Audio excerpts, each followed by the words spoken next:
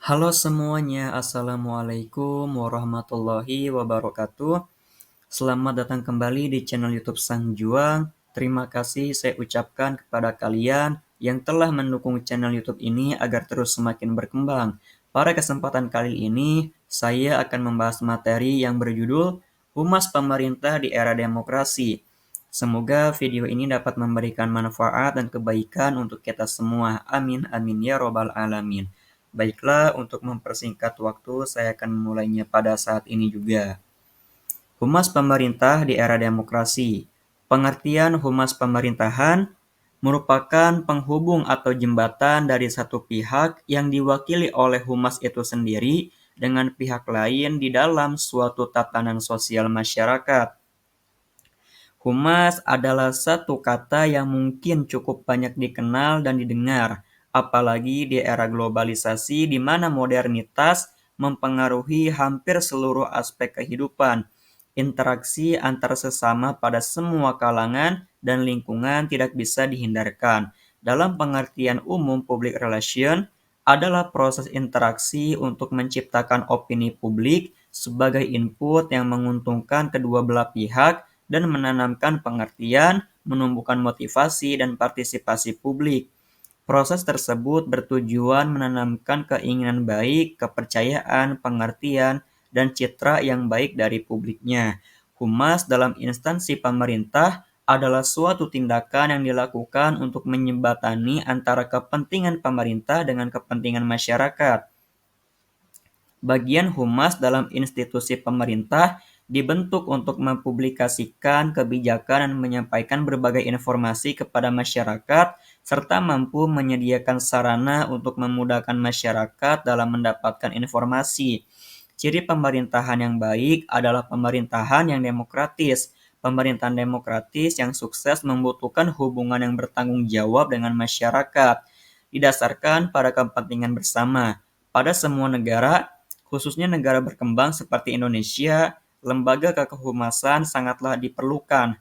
Humas ini merupakan kelanjutan dari proses penetapan kebijaksanaan, pemberian pelayanan kepada masyarakat dengan sikap yang disesuaikan dengan kepentingan orang atau golongan, agar lembaga atau instansi di mana humas itu berada memperoleh kepercayaan dari publiknya yaitu masyarakat.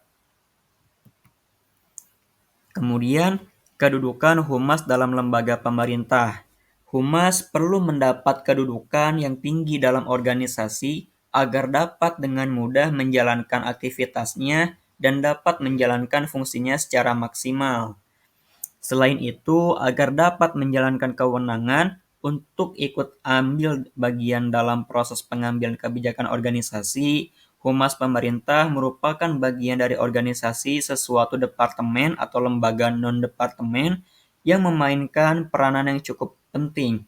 Adapun yang menjadi dasar pembentukan kegiatan humas adalah adanya anggapan bahwa jika masyarakat diberitahu masalahnya, maka masyarakat dapat bersikap wajar dan bijaksana, karena pada dasarnya masyarakat itu merupakan pihak yang tanggap dan sadar terhadap kebenaran.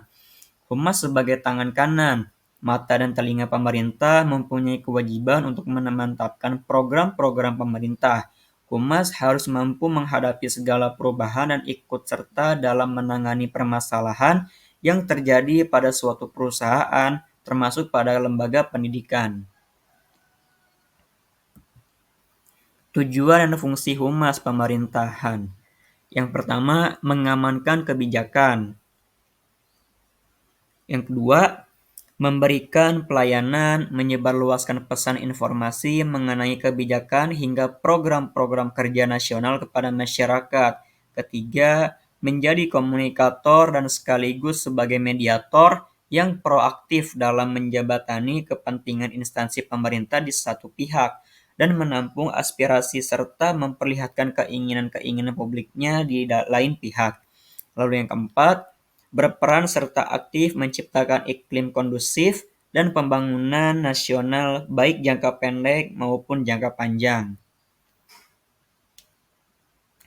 Beberapa informasi mengenai humas pemerintah di era demokrasi.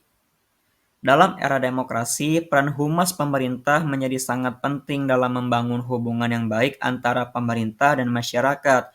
Humas merupakan singkatan dari hubungan masyarakat yang bertujuan untuk menyampaikan informasi secara transparan, mempromosikan kebijakan pemerintahan, serta menjaga citra dan reputasi pemerintah. Berikut adalah beberapa informasi mengenai humas pemerintah di era demokrasi. Yang pertama itu ada transparansi, mendorong pemerintah untuk menjalankan keterbukaan dan transparansi dalam melaksanakan kebijakan publik.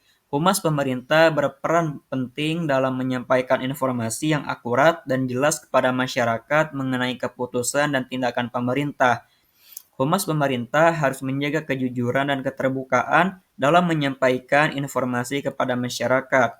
Yang kedua, keadilan. Penting bagi pemerintah untuk menjunjung tinggi prinsip keadilan dalam hubungan dengan masyarakat. Humas pemerintah harus dapat memberikan informasi yang adil dan berimbang, serta memberikan akses yang sama kepada semua pihak dalam menjalankan dan mendapatkan informasi pemerintah. Ketiga, komunikasi efektif. Salah satu tujuan humas pemerintah adalah untuk menciptakan komunikasi yang efektif antara pemerintah dan masyarakat. Penting bagi pemerintah untuk menggunakan bahasa yang mudah dipahami dan tidak memicu konflik atau perpecahan dalam komunikasi dengan masyarakat. Keempat, sinergi dan kolaborasi. Mengedepankan kolaborasi dan sinergi antara pemerintah dan masyarakat dalam pengambilan keputusan dan pelaksanaan kebijakan. Humas pemerintah dapat berperan dalam memfasilitasi dialog dan kerjasama antara pemerintah dan masyarakat dalam menyelesaikan permasalahan bersama. Yang kelima, responsif terhadap kebutuhan masyarakat. Pemerintah diharapkan untuk responsif terhadap kebutuhan dan aspirasi masyarakat. Humas pemerintah harus mampu mengidentifikasi, memahami, dan merespon secara tepat dan cepat terhadap isu-isu yang penting bagi masyarakat.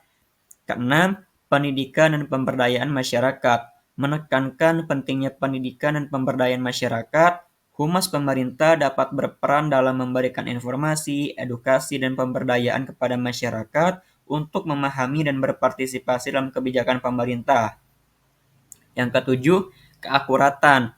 Informasi yang disampaikan harus akurat dan berdasarkan fakta yang valid untuk menghindari penyebaran berita palsu atau hoaks.